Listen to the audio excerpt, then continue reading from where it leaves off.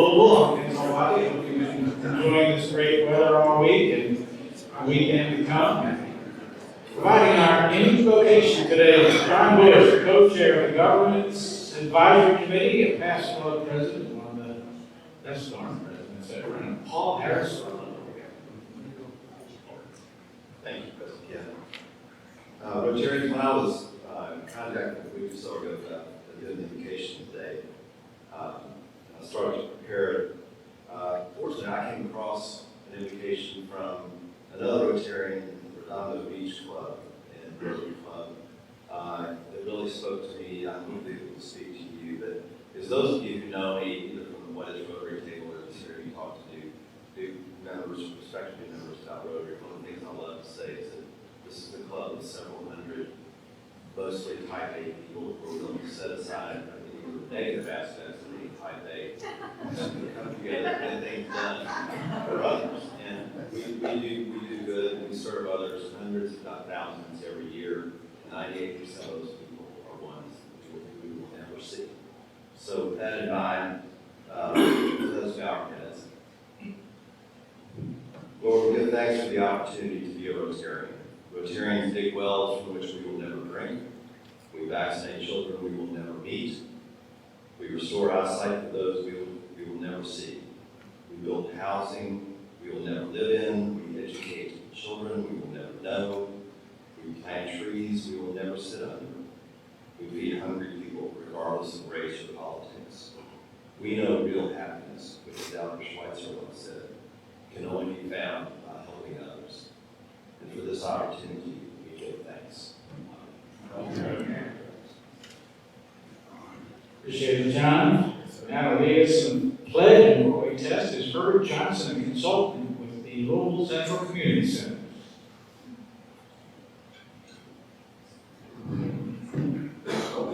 Rotaries, please join me with the pledge, please.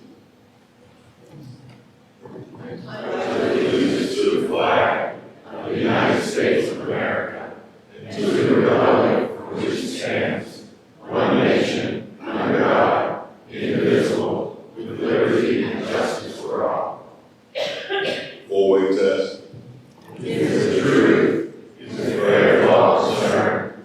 Will it build goodwill and better friendships? Will it be beneficial to all concerned? Thank you. Thank you, Herbert.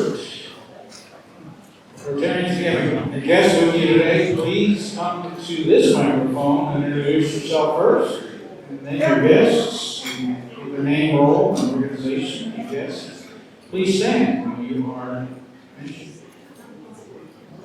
President Kim, my co-word. This is Kristen Dunlevy, U of L grad, and she works for DC Institutional, where she manages liquidity for private clients and institutional clients.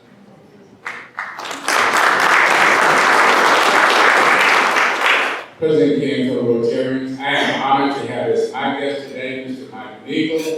Mike is the founder and CEO of Argo Digital Networks, computer networking firm. I have the honor to also serve with Mike as a board member of the Western Opportunity Partnership, where he represents the Portland neighborhood. So please join me in welcoming Mike. My guest today is Justin Clark, who is Civil Division Chief of the Attorney General's Office.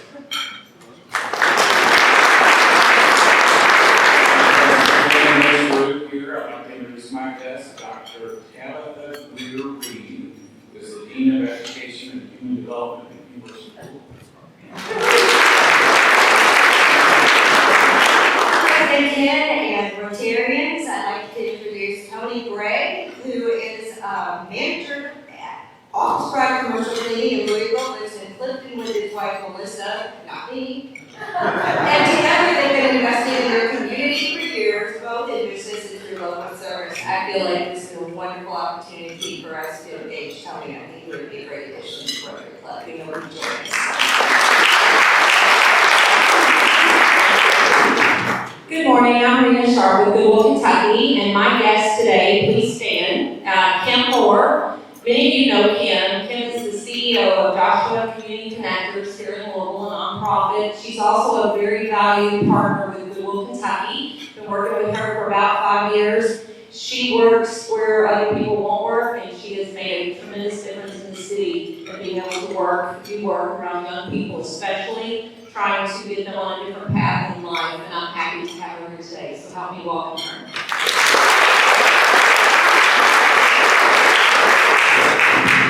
Pleased that all of you guests have come to join us today, and hope you do come back.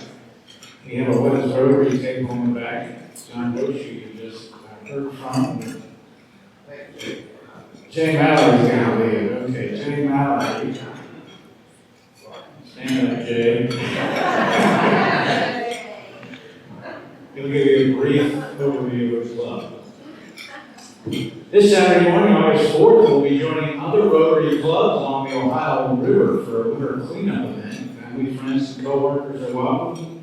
Please let Alex Novak know if you can participate. Alex, stand. There you are.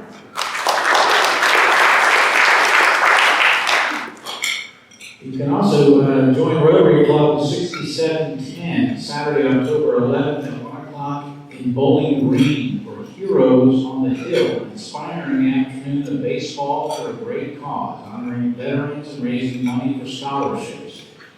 WKU Hilltoppers are going to play the Louisville Slugger Warriors, the world's first and only amputee baseball team featured in the film Curveballs. Our next new member service project will be Tuesday, October 14th at SOS. Come have fun, pack some medical supplies, and get to know your fellow members.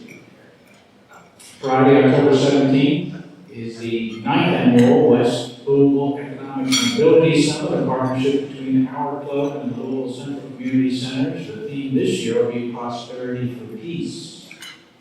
Our Lifeline Committee has a new Living Well Through Life series. First up is a beginner-friendly yoga for all ages class from 10 to 11 in the morning on November 15th at the Playport Event Space at Waterfront Park, 705 Rome Street.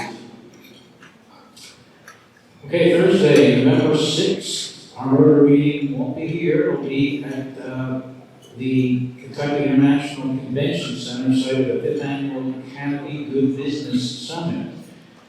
Watch our website and box for the lunch and speaker review and for information on how to register for this Rotary luncheon.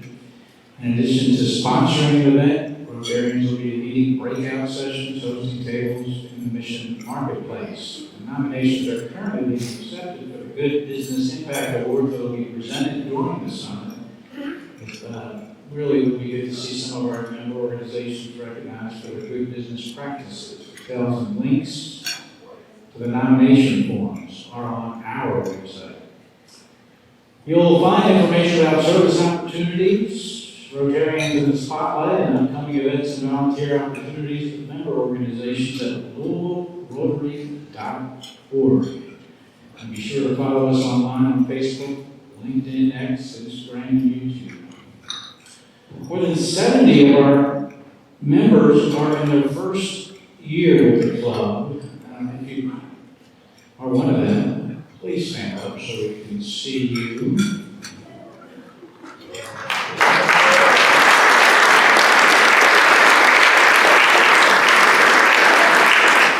Please stand with them. Share your stories about Rotary, hopefully right after the meeting. We have been inviting longer-term Rotarians to share a little about themselves. I'd like to invite Gary Cobbs, the President and CEO of the YMCA of Greater Louisville, and Parham Harris Fellow. He's new to us, but certainly not new to Rotary. Long-time Rotarian. Good afternoon, Rotarians and guests. How you feeling today? Great. Awesome. All right, good. Well, just some brief remarks. So I'm Gary Cobbs, the CEO here for our YMCA here in town.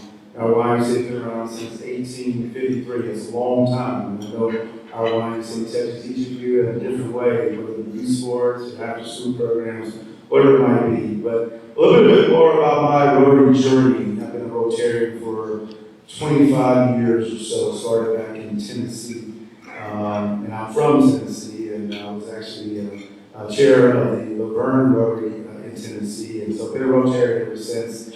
Started my career in the Nashville area, 30 years, made my way down to Montgomery, Alabama, where I joined the Rotary there, was on the board. One of the coolest things we had a chance to do, and I had a chance to do, was the chair of what we call our international committee. And if you know anything about Montgomery, if you're in the Air Force, you're going to go through Maxwell Air Force Base. But one of the coolest things was we had many international officers that come through Montgomery because they would go through school and all those different things. And really, we were really invested in the security of our entire country and the entire world. And so it was amazing the work that we did there. And so through our international community, we would bring in all the international officers. We would raise money for their families, support them when they were in town. We would have a great night and just really introduce them to the community. And so chairing that group was pretty cool and remarkable. Great work that our Rotary gets a chance to do. And so just happy to be a part of this community. Been here a little less than 2 years. And so I look forward to our continued service with our Rotary. So thank you.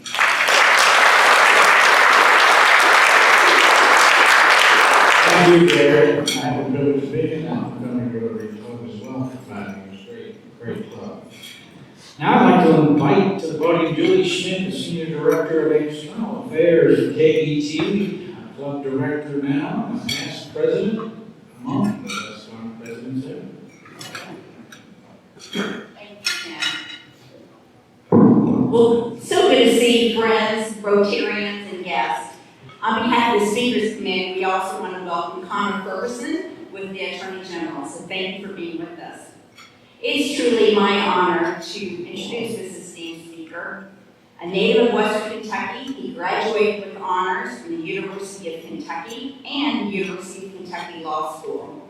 General Coleman has had a very interesting career, primarily in public service, for more than 20 years.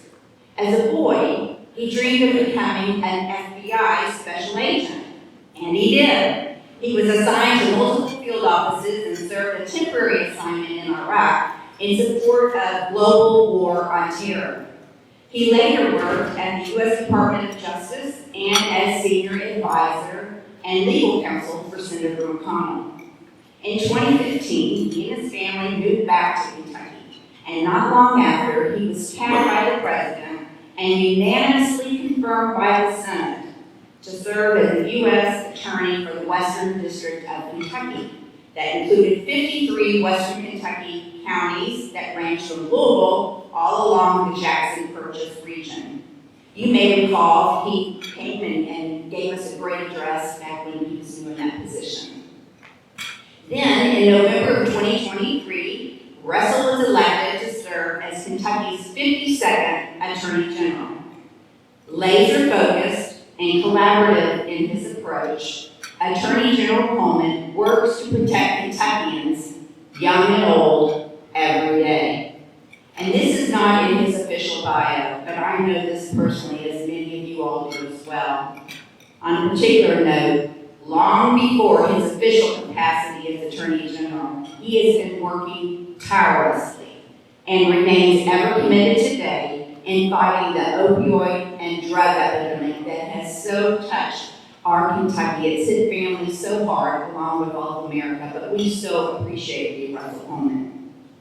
And at this point, I want to give him a warm welcome. Please welcome Russell Coleman, our Attorney General.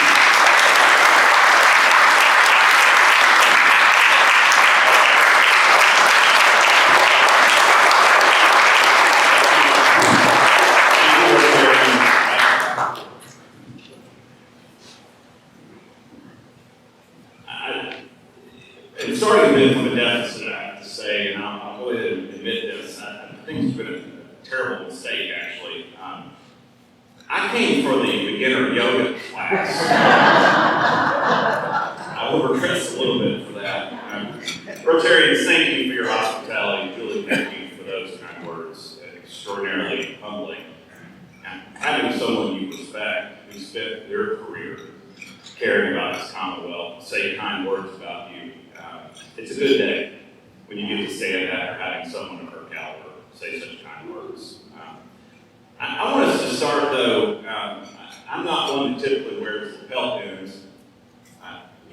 government, I know, in elected office. But today, before we talk about the role of the Attorney General's office, what we're doing to collaborate zealously to have an impact on Louisville and this Commonwealth, I just want us to pause right at the threshold.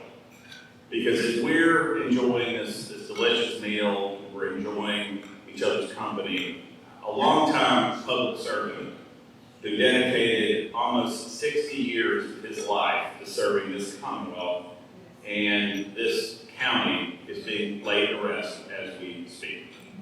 So I would like, would you stand with me for a moment?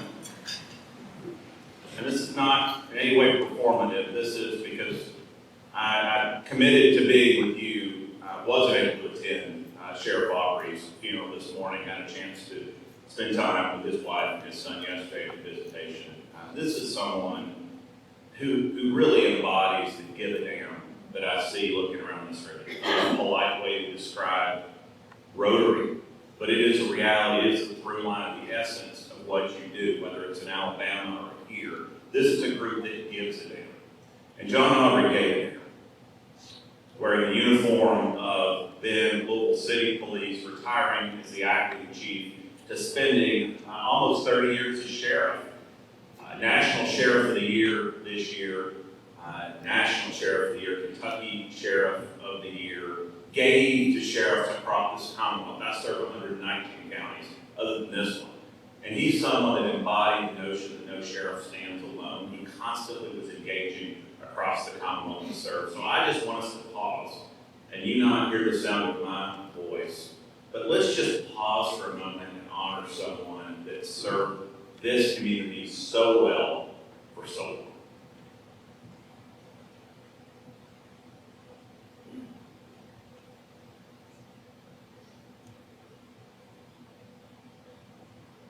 Amen. Thank you, friends, for doing that.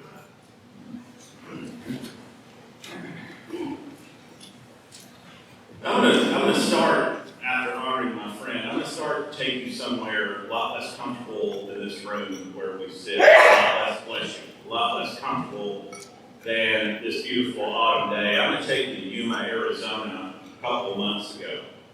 I was in Yuma with a dozen other attorneys general across the country. It was 105 degrees. I would say in the shade. There's not a lot of shade in Yuma. We stood by that wall that is now being constructed, but I'm not here to talk about the wall. I'm here to talk about a period of time when the Border Patrol briefed us not all that long ago in Yuma, a town of 110,000 people, about the size of Hardin County. Hardin is 112, where we had a day 1,500 people crossing that border. 1,500 people that were sick, many of the women, and I'm not going to spend my time, although there are friends here that spend their time mitigating the harm to women that have been abused. Many of the women that were coming into this country had been abused by the cartels that were bringing them across. Friends, this is not an R or a D statement, but 1,500 people a day, sick people that needed services, were coming into a city the size of Lee County. Think about that. Think about the need to police that city, the need to provide medical services, $25 million in uncompensated care to those that were coming in. 1,500 a day. Fast forward to when I was there 2 months ago, the average was 4 a day coming into this country. 1,500 to 4. And whether you are an R or a D, the reality is the border is as secure as it has been in our lifetimes. It is convicting to folks like me who are elected to use podiums like this to elevate issues that we abandoned in American city. And that was just one sector of the border. One sector. Why do I raise that in an environment like this? Because we saw what government policy can do to mitigate harm. This was not a wall, or this was not the aggressive prosecution of traffickers, which I thought might have played a significant role. This was the use of a pen. This was an executive order that changed, those lawyers in the room, changed the policy from detain until incarcerate until adjudicate to catch and release policy. The reality is the signing of an executive order played the difference in mitigating one of the greatest challenges that this country faces. Because the reality is 300,000 people came into this country through the Yuma sector. Those folks are all across the United States. Now, we heard from a group of government leaders, civic leaders, nonprofit leaders. Many were the kind of folks that are sitting in this room, what that was like to try to run a city when they were flooded by that dynamic. And this is, regardless where you stand on the spectrum ideologically, this is a real problem because many of those that need services, many of those the cartels are bringing, many of those that were cartels themselves are now in our communities. And how do we care for them? How do we care for those that need services at a volume that we have not seen in our lifetimes? But the reality is now, the border is as secure as we've ever seen it. But right here in Jefferson County, in our Commonwealth, we have significant challenges in terms of the drug epidemic, significant challenges in terms of violence. Now, in this job, so oftentimes I feel like the Grim Reaper coming into a room, highlighting what the challenges are, highlighting what the threats are.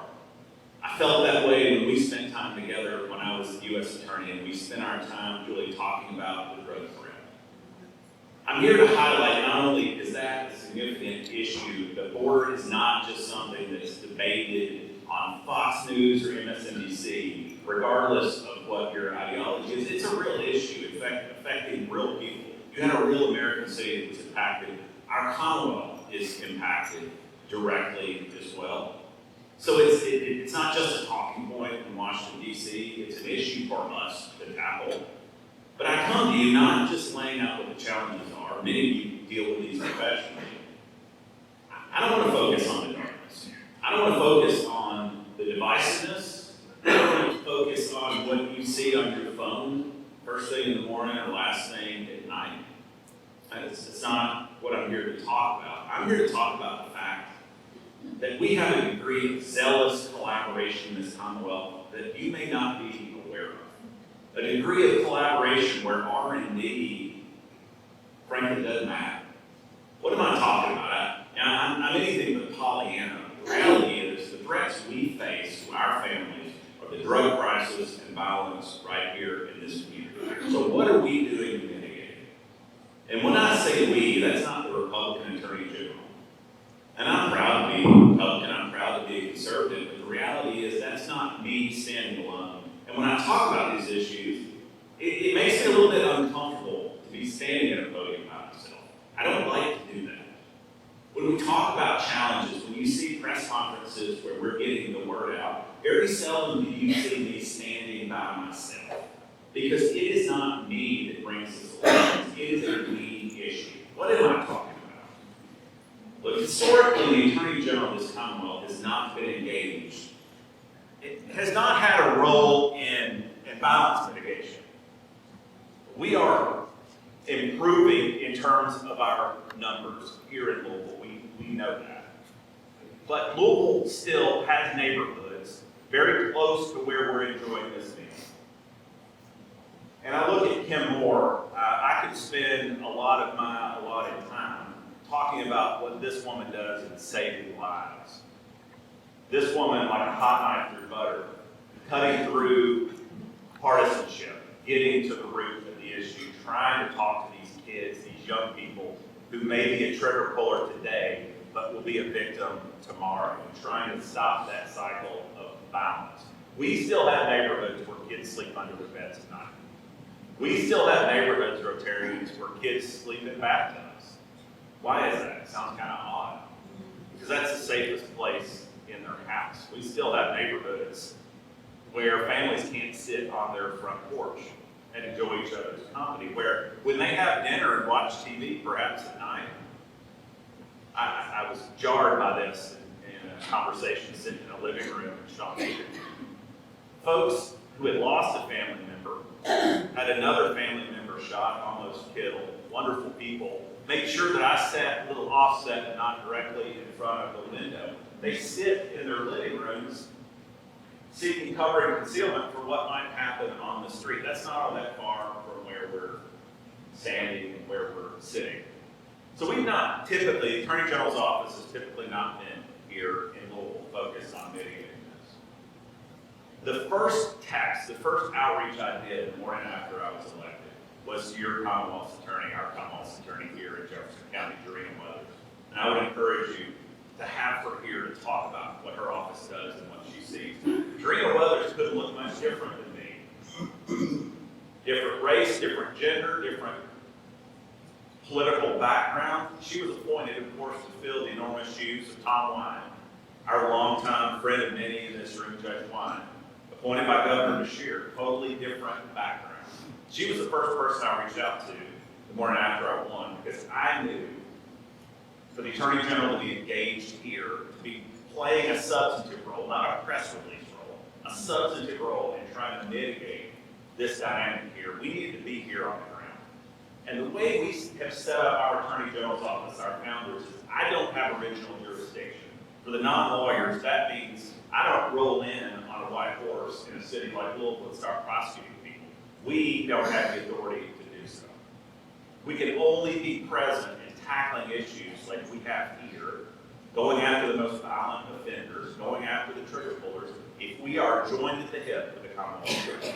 And we are joined at the hip with your Commonwealth Attorney. We have a unit here of prosecutors going after the most violent offenders. It's not about numbers, because we don't need numbers. It is a very small number of very violent people that are our challenge here. Of very young people, unfortunately, right? And of very young offenders. That's who is creating the dynamic that we live with here, that neighborhood dynamic in some neighborhoods. And so the space our prosecutors are using, and I'm proud of our team, we have 80 indictments, we just had our first jury verdict, we have 7 convictions, again, not numbers based, but going after the most violent offenders. We are present in Louisville, one, because we're joined at the hip with a Commonwealth Attorney who comes from a different background than I do in terms of politically. But our offices, former Madam Deputy Mayor, in this city are loaned to us by 2 folks who couldn't be any different, we'll say, than me and our background. The mayor of the city of Louisville is my most important partner here. Our offices are $1 a year loans from the mayor of the city of Louisville and our circuit court clerk, David Nicholson. They are fantastic partners in going after doing what I have a duty, we have a duty to do in mitigating this threat. The R and the D stuff, regardless of what pops up on your phone, is not always driving policy. And in fact, I look out, I see talented colleagues. Justin Clark was introduced a moment ago. He sat in a meeting I was briefed on just a little while ago. The Attorney General's office joined at the hip with the mayor's office trying to solve this abandoned cemeteries issue, trying to get an outcome. We have responsibility because of a quirk, that we have responsibility for a trust. The reality is, we're trying to solve problems. That's what we do. That's what you've asked me to do, and I'm able to do it. And if you remember no other line I offer you or data point, because I get to serve with some extraordinary men and women, one of which is Justin. You have sent, and many are from Jefferson County, some incredible men and women to serve as prosecutors, as lawyers, as detectives, as legal assistants in the Attorney General's office. I get to work with some of the finest public servants in this Commonwealth. One, violent crime. So we're going after the most violent offender. Stay tuned. There's much to follow. We'll be augmenting that group. We'll be building that out. We're also actively supporting, and you've heard me talk about it from this podium, over there the last time we met, our group violence intervention effort, GVI. This is the carrot and stick. We're not going to rest our way out of this dynamic. We're not trying to. In a perfect world, we deter the conduct. In a perfect world, law enforcement, public safety, you prevent the harm. You deter the conduct. Because if you deter the conduct, the resources you save, deterrence has not always been the model that we talk about. It's put handcuffs on bad guys, right? It's incapacitating violent offenders. We're going to keep doing that.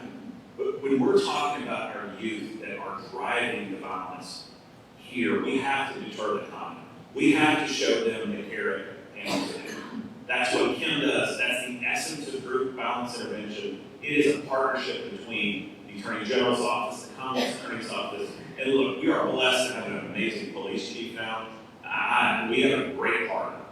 Now, Connor's role here, other than making sure that I don't have salad in my teeth when I come up here to speak to you, I've warned Connor, this is one of his first Rotary meetings, and I've warned Connor that as much as Rotary is about collaboration and tackling these significant challenges like polio and blindness and housing, is you keep deadlines. He knows the Sergeant at Arms is about the toughest person in this room in the Rotary meeting. So he knows that a Rotary book is about the toughest book you'll get in the audience.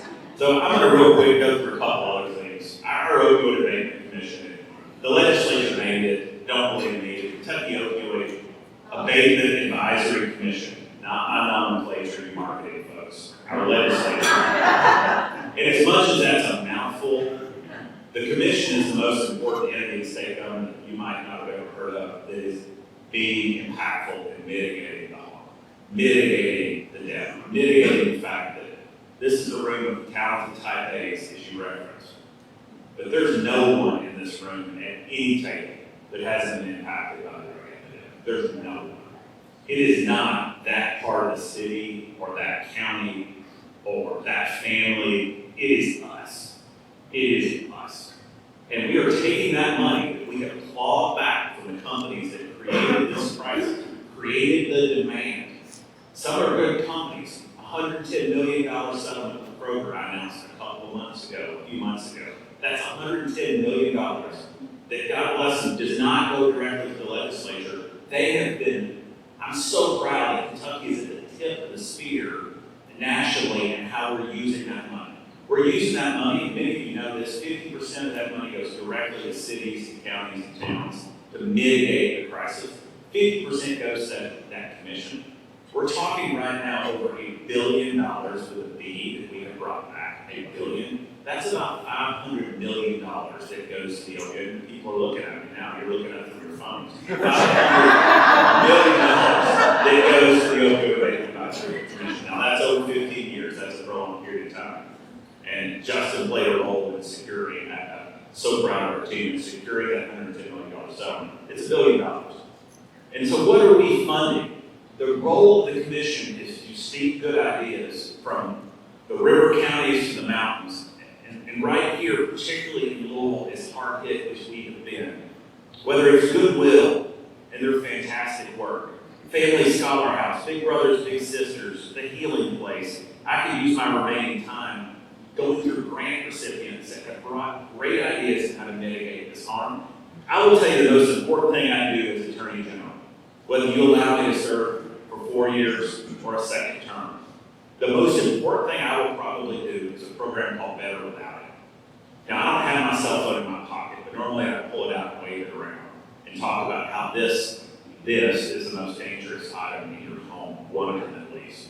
And I don't normally give assignments, but friends, if you have not read the book, The Anxious Generation by Jonathan Haidt, The Anxious Generation, go to Amazon now and buy it. The Anxious Generation, whether you are a parent or you're a grandparent, or you simply give a damn about kids and how we have shifted, how childhood has evolved, you must read this book. We have underprotected in the online space and overprotected out there in our helicopter parenting. And what we have resulted is a Generation Z, that is not full. We have changed their mental.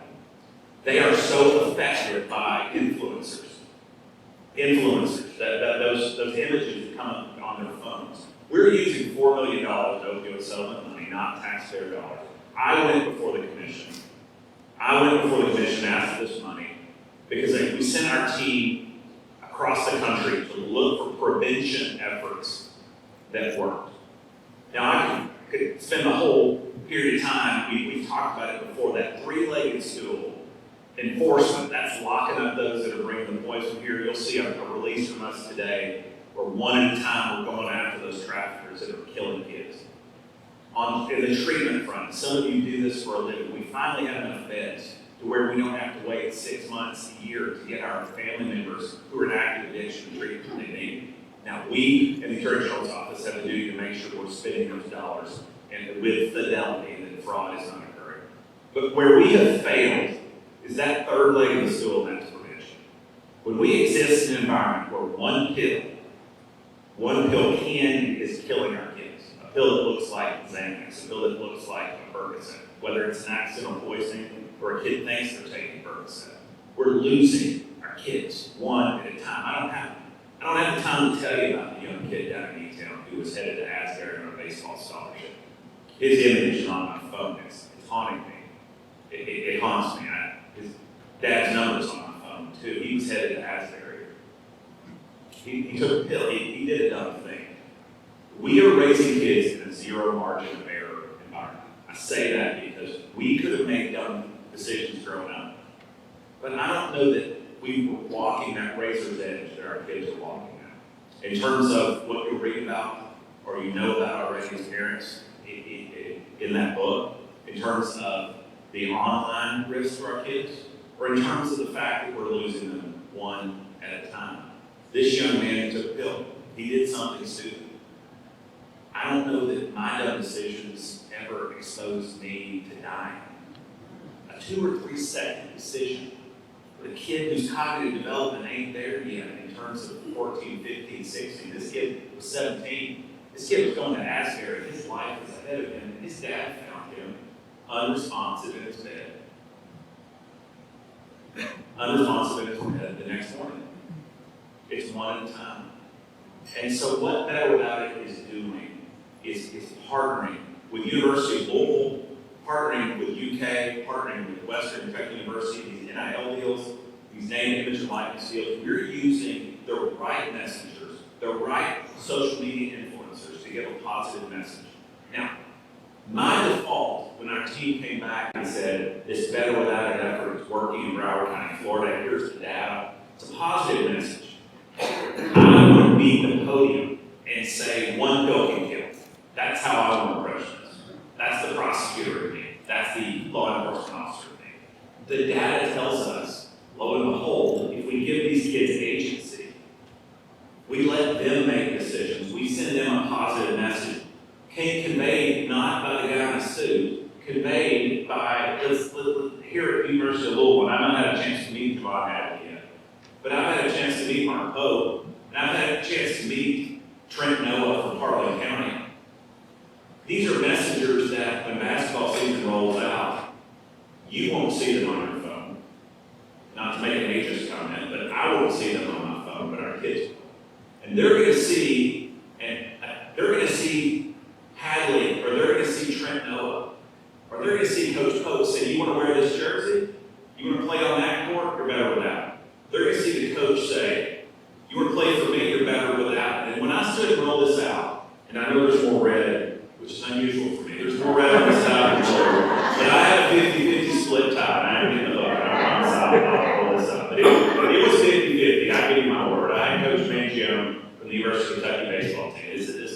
This guy's an awesome coach. Everybody with a kid wants a coach like him who lives his faith. And then you had Coach Braun on the other side of me, who was a powerful messenger himself. Blue and red, saying you're better without it. This will work, the data says. And if it doesn't, we'll pivot and do something else. But this may be the most important thing I do as Attorney General. Better without it. We rolled it out at the UK-UL basketball game last year. We're really pushing the content this year. We're starting with athletes. We can narrow down with our data to the level of zip code who the social media influencer is in that zip code, Chris. I mean, I can see the marketing, I can see the wheels turning. Whether it's a bass fisherman, a rodeo, a musician, whether it's a rodeo cowboy, whether it's a race car driver, if they're the right messenger, we're going to partner with them and we're going to push that message out there. When I became Attorney General, 1 in 5 of our police officers didn't have body armor. And we talk about, back in the blue, we talk about caring for those that protect us when we're in bed tonight. We talk about it's like prevention. We were failing at that. 20% of officers didn't have body armor. And again, this notion of government being so broken that no one is rowing together.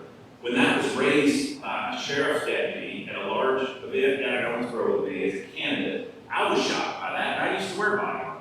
I didn't know body armor expired. But these agencies didn't have enough money. And we're not just talking the Logan County Sheriff's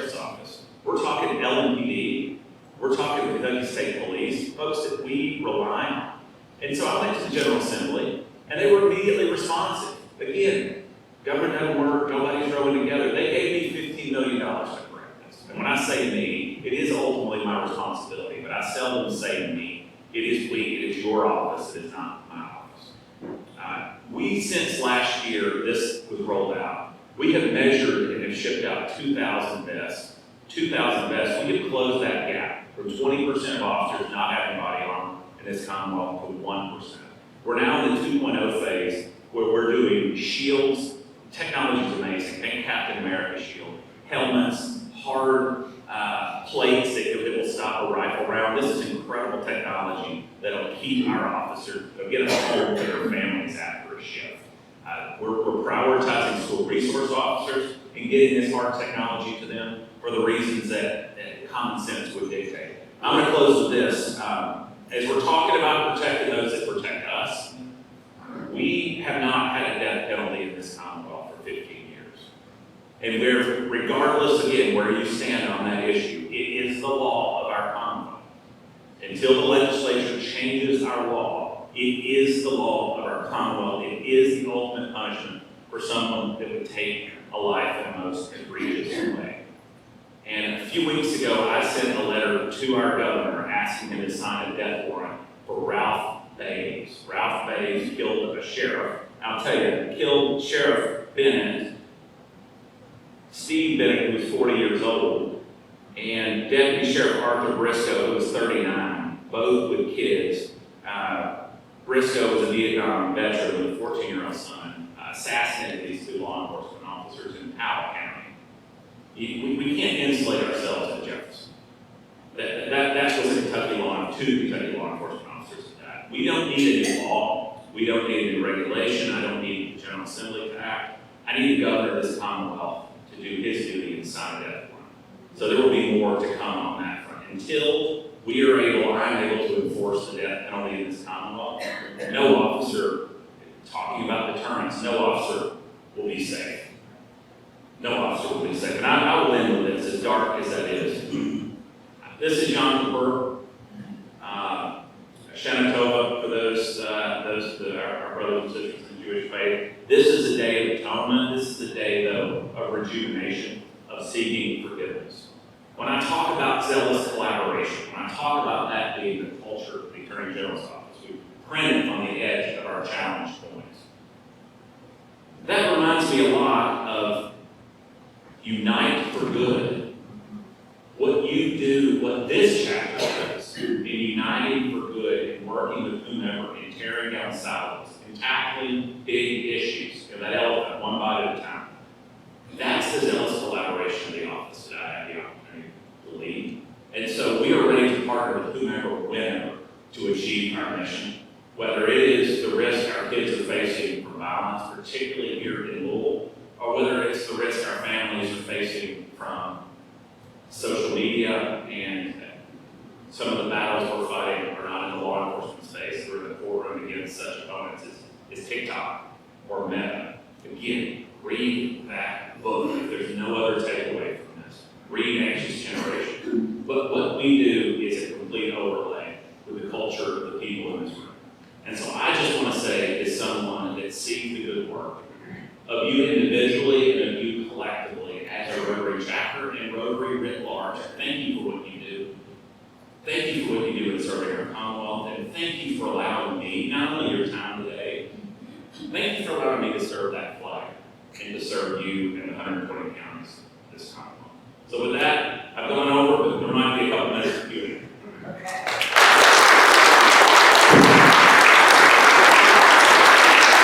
Thank you very much. We appreciate you. Rotarians are doers, men of action, women of action.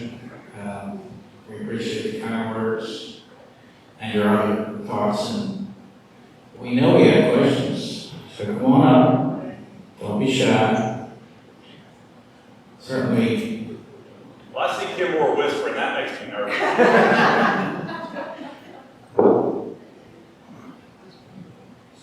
Sir Mike Howard, my question really stems from the youth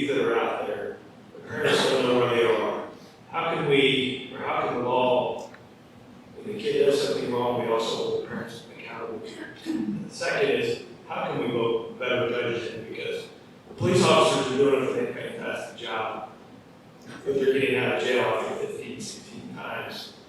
And how do you address that? No, I appreciate the question, and a couple of prongs. One, I'm going to paraphrase our chief of police, and I'm going to paraphrase our Commonwealth attorney, who of late, if you listen to the public narratives, have been talking more about parents and parental responsibility. Because of what you heard me say over and over, the driver of the violence we're seeing here are kids. And we're not talking all 17, 16, and 17 year olds. We're talking 12, 13 year olds. Not only are we seeing kids use as early as 11, we're seeing kids pull triggers as early as 11. And so I applaud our chief, I applaud our Commonwealth attorney who are looking this in the face, and there's been some blowback. When you talk about parental responsibility, there's some blowback. We are looking broadly with the chief and the Commonwealth attorney. At the end of the day, we're not going to prosecute our way out of this, and we're not seeking to criminalize parenting, but we are looking at ways that we can leverage the law. That when you have a mom leaning over into a car, talking to her 15-year-old son who's rolling a blunt marijuana cigarette with a gun in his lap, get that imagery, and that kid goes and shoots up someone's house and kills somebody, there is complicity liability in that.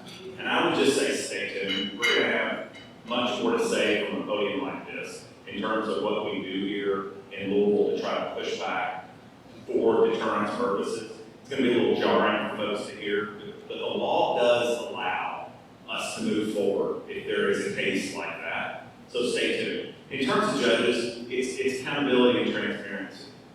We elect a lot of judges in this, it's our largest jurisdiction, a lot of judges at one time. And so I've had some of the most sophisticated people I know in politics scratch their heads and say, who am I voting for? We've got to use technology in a way that allows for greater accountability. There are discussions ongoing with the Louisville Metropolitan Police Foundation. They're looking at a model out of Atlanta for how there's judicial accountability. This is not a war on the judiciary. This is just how do we objectively use technology to push out to the public awareness of some of these release decisions by our judges, particularly here in Jefferson County. And so that is a very robust, ongoing discussion. So I hate to tell you to stay tuned on that too. It is a big Gordian knot that we're going to have to slice into. But we're having offenders that should never be released, and the public needs to evaluate that. Sometimes the Commonwealth agrees to it. Sometimes there are factors that the public doesn't see. But the public, whose authority these judges are exercising, and who prosecutors are exercising, the public needs to evaluate it. Again, objectively, this is not a war on justice. But there has to be greater transparency. And so stay tuned on that. But excellent questions on both fronts. I appreciate it. Yes, ma'am. Judy Hamaker, thanks for coming. There have been books written about the drugs that are coming into the country, you know, Columbus, Huntington, West Virginia, and all of that. How do you combat that, or is it possible because, you know, they're bringing young Mexican kids and paying them a salary to, you know, to sell the drugs, and then when they get arrested on the first offense, they're going back to Mexico, and then, so how do you combat that, or is it still as much a problem as it has been? So, San Quiones, thank you for the question, man. Q-U-I-N-E-S. San Quiones is written, many of you have read the book Greenland. And that's what you're citing. He wrote a follow-up book, and I thought his follow-up book was so powerful. I wrote my only book review I've ever done for the Courier Journal to encourage people to read it a couple years ago. It's called The Least of Us, and that's from that line from Scripture, from Christ.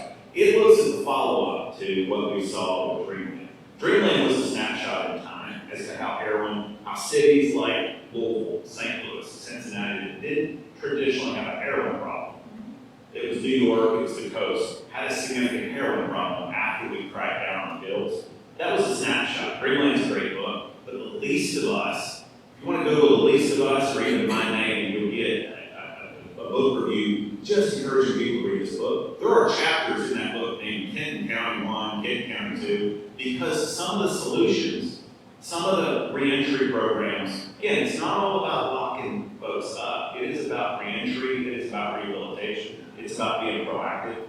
he tells a positive story too. Now, he tells a story of why a city like Louisville has a now permanent sense of homelessness too. He explains that he spends time here. Those tents you see, the Greenberg administration, that any administration is having a challenge dealing with, he calls them meth colonies, methamphetamine colonies, because the meth we're seeing now, and I'm no chemist, but the nature of the meth we're seeing, we don't have clandestine meth labs anymore, thank God. We don't have U of L treating kids that have been burned through meth labs. They don't exist. Because all the methamphetamine that we see in Louisville comes from the cartels. It all comes from Mexico. It is a formulation that is not a party drug. Now that's an amphetamine, right? It should be an upper versus the opioids that are down. These tents are used for meth users to isolate. Meth is an isolating drug now. It is a commerce, this new formula. And I say new, we're going on 4 years or so of the cartel shifting the business model. The least of us by Sam Keown. He's been to Louisville. I've spoken with him. He's spoken to Louisville and Lexington. His stuff on social media is very impactful. The drug crisis is the #1 threat to our families. And it's not an opioid crisis. We should never say that. It's not an opioid crisis. It's a poly drug. It's meth. It is these new bromazepam and these new drugs that thankfully Governor Beshear just scheduled about a week ago. Read that book. It is, in terms of as relevant as the anxious generation is on the online and the social media space. The Least of Us is both a cautionary tale and it has some great stories of communities. The solution is communities figure this out themselves. He gives examples. King County's doing a great job with their Life Learning Center and their jail and how they're, and that'd be great to have a representative, Alicia Webb-Edgington, who runs that program, would be a great speaker for you all, talking about how it's done right. Covington is doing it right for that whole Northern Kentucky region. And so read that book. Again, I didn't come out of library in chief. I didn't come just to sign this. And I'm sure they had copies of both of those in the library. Yes, sir. Hello, Attorney General Coleman, Capital Fields. I'm CEO of Louisville Central Community Center, also a club director and also a member of the club's Violence Reduction Committee. And we as a club are very concerned about community violence. And we took on this formation back in 2023 of this committee. And since then, we've had listening sessions with some 18 different entities that are in different ways of dealing with the violence in our community. And Kim Moore was one of them. And so she was a phenomenal one. So thank you for acknowledging her the way that you did as a friend. She's no shrinking about it. Absolutely.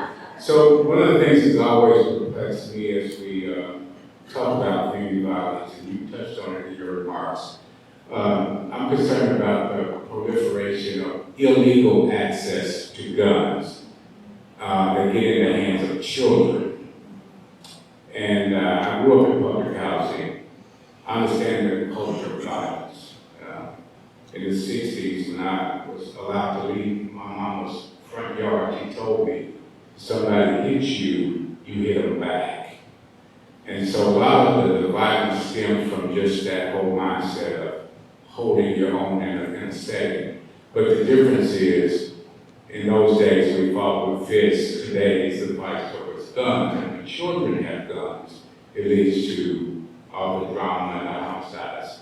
So just wanted to know your thoughts on, without any challenge to the Second Amendment of the Constitution, how do we address guns not getting in the hands of children? What can the Commonwealth do about that? Love to hear your thoughts. No, thank you, Mr. Fields, and thank you for your willingness to stare into this darkness like so many in this room do to tackle this.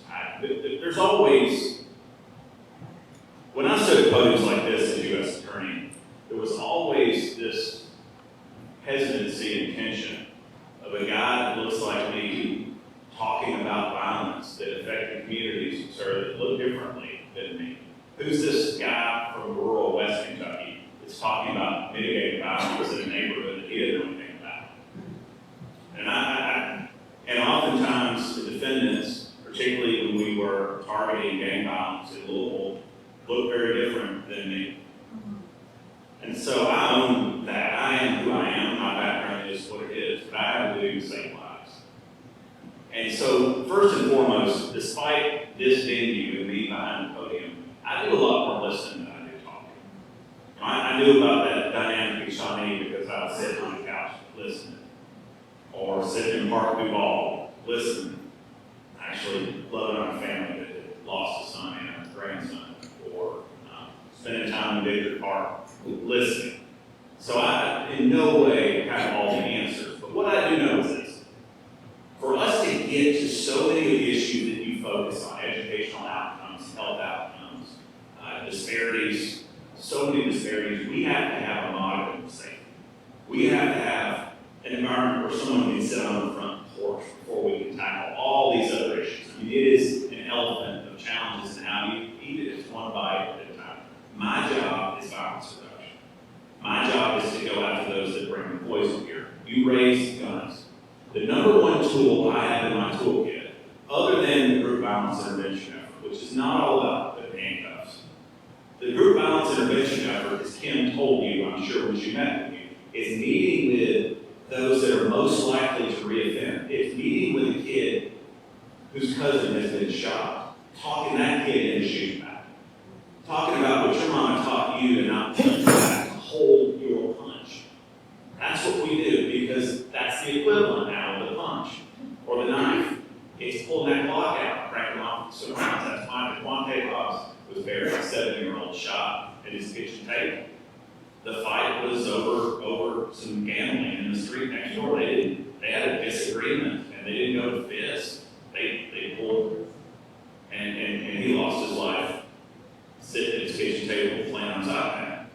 And so in terms of guns, where we have failed in law enforcement, and it's a conversation the mayor and I have over and over, it's a conversation the United States Attorney and I have, is we're not effectively using the tools that we have in our toolkit. We are not pulling those off the street who shouldn't have firearms. We call them prohibited persons and legalese. These are the felons in possession.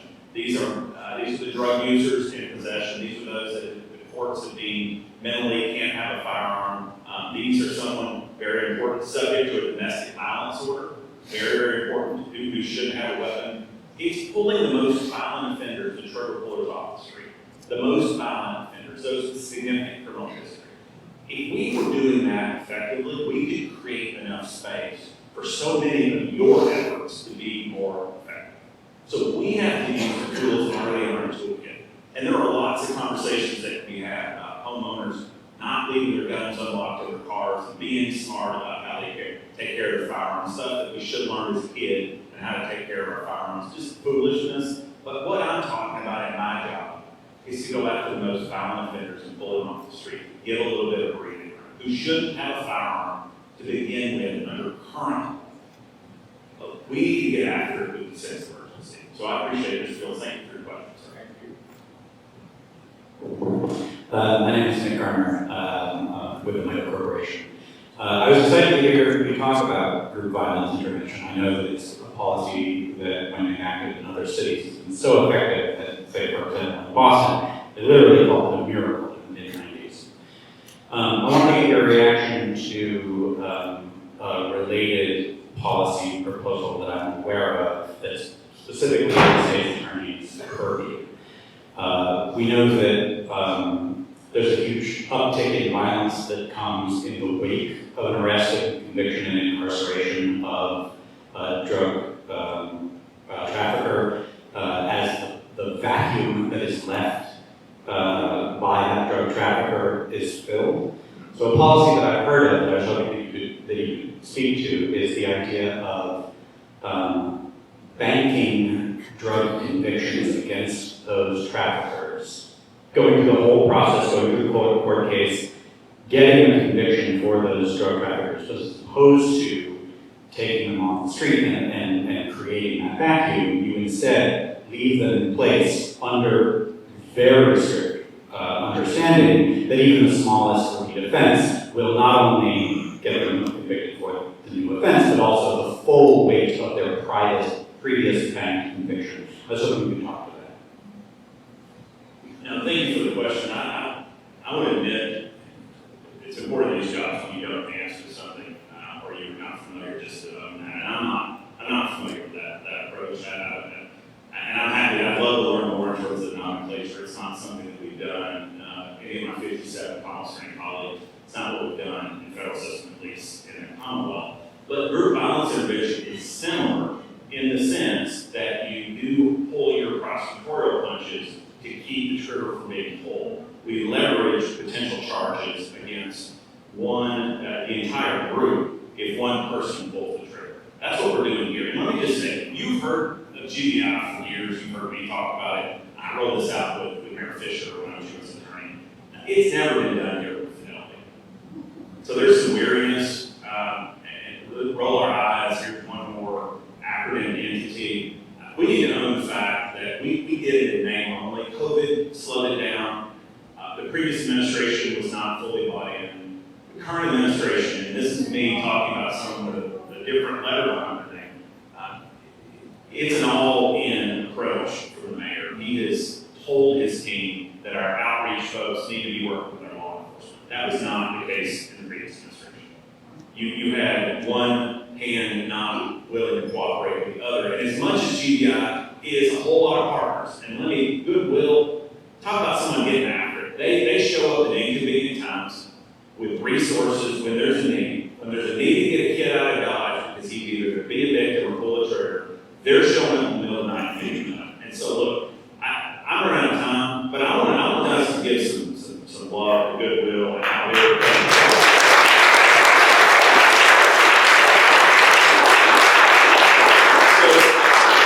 GBI has never been done here effectively. We are fine that we have a director that knows the program. And yeah, sir, it's called the Boston Miracle because it reduced homicides around 50%. Youth violence, like 47%, not just over an election cycle, over a multiple year cycle. It worked in Boston. David Kennedy, who wrote the book, who developed it, we brought him here. We partnered with him to do it here. City after city, now this is the key, who have done it right, who've done it with fidelity, have had prolonged reduction in youth violence, prolonged reduction in homicide. And this is from High Point, North Carolina, to Boston, to cities in the West, large and small. It works when done with fidelity, but we've never done it here with fidelity. We have the right folks now. We are finally starting to row in the right direction. And thank you for administration that is, the right hand is working with the left hand. You're not allowing silos. And we don't come to this, outreach folks aren't necessarily going to agree with enforcement. It is a Star Wars bar in GBI. It is a bunch of folks that may not agree on anything else other than these kids are worth saving. And we go out, we say we want to keep you alive and free. By free, we mean unincarcerated. We want to keep you alive and safe and free. And we leverage the fact that I could pop them for multiple drug offenses. We pull our punches so that the entire group pulls its punches in terms of shooting. Think about it. You're treating people like rational actors, right? And that's what the group dynamics show. More importantly than anything I say to you, that's what the data shows. We've been at it. GBI has been at it. It's sometimes called focused deterrence because you're focusing on one group. You're using deterrence. Focused deterrence, GBI. Google it. I mean, it is folks that have very different perspectives. And David Kennedy looks like our version of kind of Jesus Christ with Birkenstocks. Again, took him to Franco's and we had a pretty robust discussion after he spoke. This is somebody who views law enforcement, respects law enforcement, but doesn't necessarily bear hug those like me. But we do bear hug these families, and we think these kids ought to be able to live to be C21. So group violence intervention is the most important thing we've done here in terms of violence mitigation, other than maybe hiring Chief Paul in my lifetime here at Public Service. Okay, yes ma'am. General Coleman, and you looked out very well. So thank you for your acknowledgement, and thank you so much for the good work you're doing on behalf of Kentuckians and your direct involvement in this problem of violence that we have, especially here in Louisville. We've had some high-profile shootings here lately, and we hear confusing things. We hear our mayor saying violence is down. I hear on the radio coming to work. I don't think it's down. It seems like it's up. Can you just give us your perspective on have we made progress? What are areas that we have made progress in and where we've not made progress. Thank you. No, well, thank you, ma'am. Thank you for your leadership. Organizations don't function as effectively on their own. It's not a default. It's like putting together a Rotary meeting. It doesn't just happen. It takes an incredible amount of work, and you design a culture that, again, is responsive. It's not bureaucratic. It's malleable to the need. Now, I want to be respectful of time, and I have to spend quite a while doing at least my own take on where we are. Where we are is, to a degree, where we've been. Most neighborhoods in this city are safe. Some neighborhoods are particularly violent. We are a city of a small number of very violent folks, a small number of places that tend to be an overlay. You think of the Venn diagram, that's where the violence happens. Unfortunately, we've seen it approach on our schools, on our bus stops. We have seen an overall reduction in homicides. But we're not back to where we were. And I don't know where yet. I almost lost over with math, but we were a city that on average had between 40 to 50 homicides a year. And we marketed that. We marketed that. Come, this is a safe place, your dollar goes far. This is a great place to raise a family. 40 to 50 homicides a year. And every one of those is too many. I'm not discounting that. But we saw a 110% increase in homicides both for 2020. Anyone who points to 2020 as the fulcrum is giving you a straw dog. We structurally, it's not 2020. We saw increased homicides in 21 over 2020. And yes, we've seen a reduction, and that is because of some awesome work by some amazing men and women out there, again, tonight, while we're going to be safe in our beds. But we're just not there yet. I mean, we could also say we've seen a significant reduction in overdose deaths. Right? We're down. We're down to 1,400 versus 2,000. Is anyone in this room satisfied with that? Anyone in this room satisfied? I know the family in E-Town is not satisfied with the fact that we saw a reduction because we lose people one at a time. Every one of those victims has a story. And so, no, we're not there yet, but I feel and am very comfortable in saying that we have a structure in place now to make a difference. We're not there yet, but we have the right people at the table, finally, to have the impact that we're seeking. And so I hate to stand up here and stay tuned, but look, these jobs, these temporary jobs that I have are moving, that I'm privileged to have for now are moving targets. When the next Attorney General stands up here and we're talking about 100 homicides or 60, are we there yet? And we constantly have to improve. We have a mayor that's a good partner with a Republican Attorney General and a U.S. Attorney that works for President Trump. Again, this is Star Wars bar. But we give it down, like the people in this room, about these kids that aren't seeing their high school graduation as we do. So, take away, read the book, Anxious Generation. Read the Sankionis book.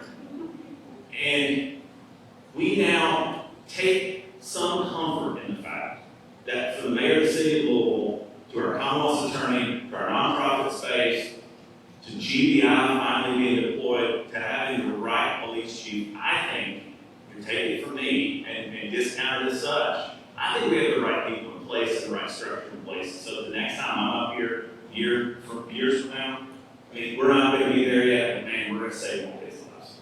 So thank you all.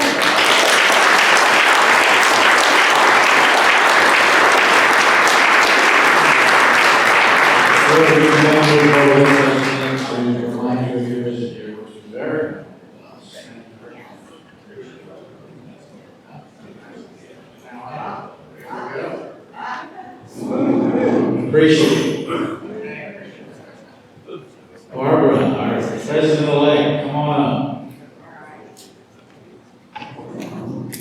Fellow Rotarians and guests, I don't know if y'all saw that real smooth move that was just happening here at the podium, but I'm going to tell them what I just saw. This is my words of encouragement to get you all to sit in the back, to sit in the front. As soon as President Ken, the best darn current president we have, handed off the Rotary Challenge coin to Attorney General Russell Coleman, Russell then slipped his coin to President Ken. Did you not? I saw you put something. And if you didn't, I have the library's One Team, One Library Challenge coin in my pocket. All right, here we go. We are out of time, and I got very intentionally focused. That's my phrase for busy. And at the library this morning. I did not see Delene's email until I got in the parking lot. And it says right here, I'm to do an auction. This auction can only last 1 minute, y'all. And then I've got to auction off tickets, John, get you please. You don't have to pay now, so y'all can bid real high. Then I'll let introduce next week's speaker, and then I'm supposed to tell you about a fair across the hall. Here we go. Somebody put me on a timer. We're going to have an auction, ladies and gentlemen. I'm holding in my hands. Yes, I am. They are 2 tickets. Each ticket has an $81 face value. That's $162 value right here.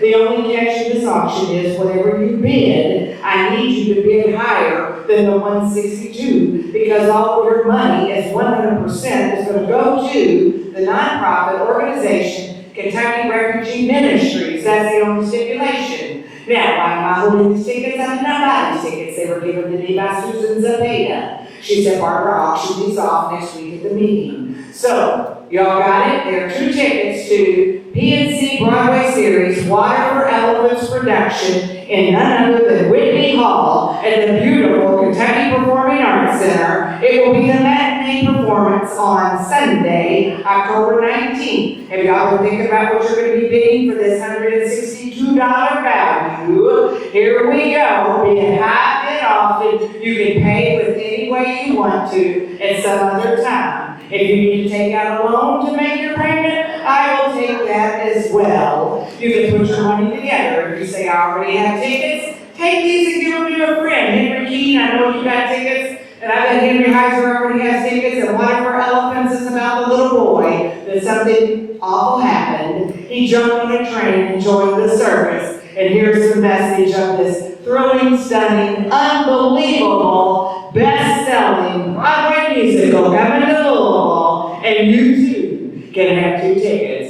What do you give me? What do you give me? What do you give me? They're valued $162. What do you give me? What do you give me? What do you give? What do you give? I got it here. Let's do I hear 100? Do I hear 100 for 2 tickets? Raise your hand. Come on, come on, come on. We're gonna be here all afternoon at this point. We got $100 over here. I got 100. What do you give me? What do you give me? You give me 150. Give me 150. You gotta give me 150. Let's go. Let's go. That's undervalued. I've only got $100. 150. 150. You don't even have to go to the performance. It's Kentucky Refugee Ministries right here. Okay, what do you give? What do you give? What do you give? All right, what do you give me? 110. 110. Anybody give me 110? Don't let it go for 1 bid.